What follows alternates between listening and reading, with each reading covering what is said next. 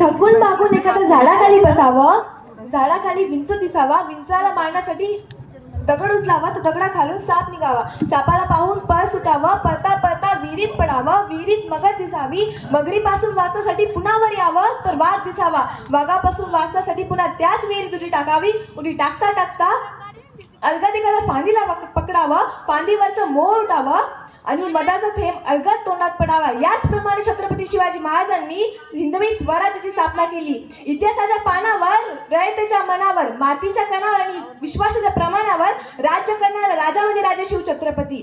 अख्ख्या जगाला हेवा वाटेल असा मराठ्यांचा कैवारी, शत्रूला पाणी पाजून स्वराज्याची अखंड पताका फडकवणारा, ज्यांचं नाव घेतात छाती अभिमानाने फुलते आणि मरणाच्या दारात असलेल्यांना 12 हत्तींचं बळ संचारते, अशा या छत्रपती शिवाजी महाराजांना माझा मुजरा. सन्माननीय व्यासपीठ, इथे उपस्थित सर्व अध्यक्ष महोदय, आदरणीय शिक्षक वृंद व इथे उपस्थित सर्व शिवभक्तांना माझा सप्रेम नमस्कार. मी सिद्धी अण्णासाहेब झारगड, इयत्ता 9वीची विद्यार्थिनी, आज तुमच्या समोर विषय मांडते युग प्रवर्तक जाणता राजा. फुलांचा इतिहास कळ्यांनी लिहिला, फुलांचा इतिहास कळ्यांनी लिहिला, रात्रीचा इतिहास सांगण्याने लिहिला. आजही आम्ही स्वाभिमानाने जगतो कारण आमचा इतिहास राजे शिवछत्रपतींनी लिहिला, कारण आमचा इतिहास राजे शिवछत्रपतींनी लिहिला. स्वराज्य हा माझा जन्मसिद्ध हक्क आहे आणि तो मी मिळवणारच. ही केवळ एक घोषणा नव्हती तर एका युग निर्मात्याची प्रतिज्ञा होती.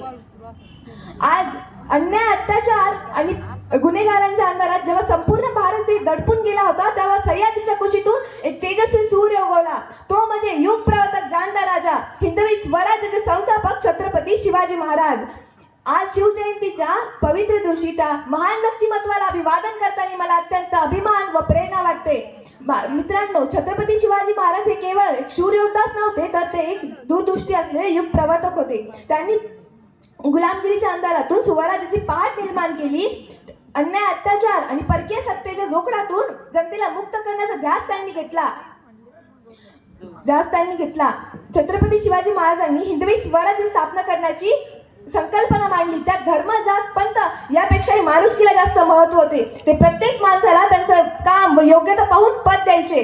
त्यांच्या राजकारभारात शिस्त, न्याय आणि लोककल्याण यांना अग्रक्रम होता. म्हणूनच त्यांना जाणता राजा असे म्हटले जाते, कारण त्यांच्या रयतेच्या सुखदुःखात ते नेहमी सहभागी होत होते. त्यांच्या गनिमिकावा, युद्धनीती, आरमारांची निर्मिती हे सर्व त्यांच्या अद्वितीय नेतृत्वाचे उदाहरण आहे. विजयसारखी तलवार चालून गेला आणि त्या छातीने हिंदुस्थान हरवून गेला. वाघनखाने अफजल खानाचा कोथळा फाडून गेला. स्वर्गात गेला ज्यांना देवांनी मुद्रा केला, असा मर्द मराठा शिवबा होऊन गेला, असा मर्द मराठा शिवबा होऊन गेला. मित्रांनो, त्यांचा आणखी एक महत्त्वाचा गुण म्हणजे त्यांची विज्ञाननिष्ठा. त्यांनी धर्मातील रूढी परंपरांना कधी स्थान दिले नाही. वडील राजांच्या निधनानंतर जिजाऊंना सती जाऊन दिले नाही. त्यांनी अनेक युद्ध रात्रीच्या वेळी लढले, त्यात काही अमावस्येच्या रात्री लढले. त्या अगोदर अमावस्याला अशुभ मानले जाईल. मित्रांनो, महाराजांनी हातात घेतलेली तलवार कधी निष्पाप लोकांच्या रक्ताने रंगू दिली नाही. त्यांच्या रणनीतीला रक्ताचा वास नाही तर मानवतेचा सुगंध होता. त्या आई भवानीला कौल मागण्या इतके धार्मिक होते. त्यांनी त्यांच्या काळात वतनदारी पद्धत बंद करून सरदारांना वेतन चालू केले. बंदुकीच्या जोरावर आणि हंटाच्या धाकावर मी अनेक वाघांना माणसाप्रमाणे जगायला शिकवून देणारे माणसं बघितली, परंतु बंदुकीच्या जोराशिवाय आणि हंटाच्या धाकाशिवाय मी तिथल्याच माणसांना वाघाप्रमाणे जगायला शिकवण देणारा मी एकच वाघ बघितला, आणि ते म्हणजे राजे शिवछत्रपती. राजांनी त्यांच्या आयुष्यात नेहमीच त्यांनी वस्तूंना वापरलं आणि माणसांना जपलं, परंतु आपण माणसं वापरतो आणि वस्तू जपतो. त्यांनी त्यांच्या दूरदृष्टिकोनाने भारताच्या इतिहासावर सुवर्णाक्षरांनी इतिहास रचला. त्यांची ऐकलेली प्रत्येक गोष्ट आपल्या मनात ठासून भरली आहे. आणि असाच एक प्रसंग मला तुम्हाला सांगावासा वाटतो. मित्रांनो, एकदा छत्रपती शिवाजी महाराज कर्नाटकाच्या मोहिमेवरून महाराष्ट्रात परत येत होते. तेव्हा तिथे बैलवाडी नावाचे गाव होते. तिथे एक छोटासा किल्ला होता आणि तिथे मल्लम्मा देसाई नावाची ठाणेदारी राहत होती. दादाजींना वाटलं जाता जाता हा गड घेऊन जावा, म्हणून त्यांनी थोडं तितकं सैन्य गोळा केला आणि मल्लमावर चाल करून गेले. मल्लमा ही जिद्दीची आणि चिकाटीची, ती त्यांच्यावर प्रहार केला आणि तिथेच मावळ्यांचा पराभव झाला. दादाजींना वाटले का बाईच्या हाती मावळ्यांचा पराभव शक्यच नाही. त्यांनी अजून सैन्य गोळा केला आणि मल्लमावर चाल करून गेले, मात्र यावेळी मल्लमाचा पराभव झाला. दादाजींनी ठरवलं, म्हणलं मला कैद करायचं, छत्रपती शिवाजी महाराजांच्या समोर उभे करायचं.